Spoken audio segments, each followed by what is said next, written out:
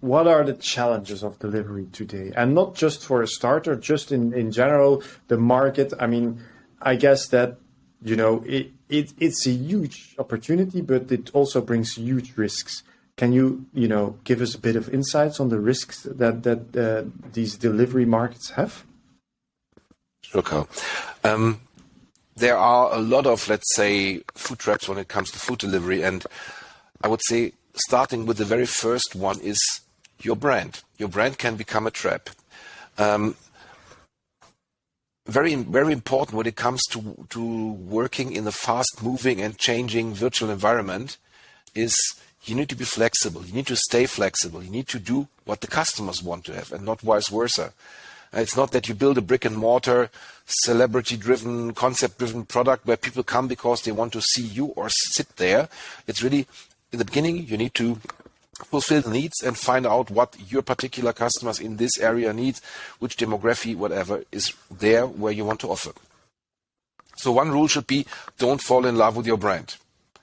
Yeah? Mm-hmm. If you find out the brand is not operating or the products within your brand, when we talk about brand, we normally mean a segmentation of a menu, I would say. Yeah? In former times, we had a menu where you got soups, starters, main courses. Maybe if you offer 5 soups, this is already an opportunity to create your own brand, to allow you, and we talked about that, how to get, let's say, traction, how to be found, because you are the specialist for soups, and that's why the brand is a soup brand.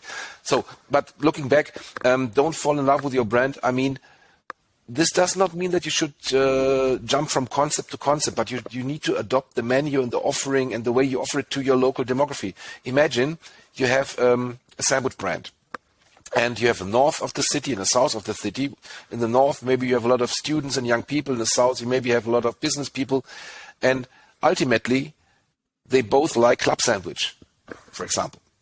But you would call it maybe different. Maybe you would give it a fancy young name for those areas where you want to attract more younger people, or you maybe give it more a traditional name or design or signature in, let's say, other environments. But ultimately, it could be the same, one and the same burger or one and the same sandwich, just with the tomato or not. So use the toolbox you got of products, but try to fit them to the demography and to the needs. So that's why if the brand is called Carl's Burger and people don't like it, hey, then call it Stephan's Burger and no problem, So this could be an example. Very good, yeah. I totally get that.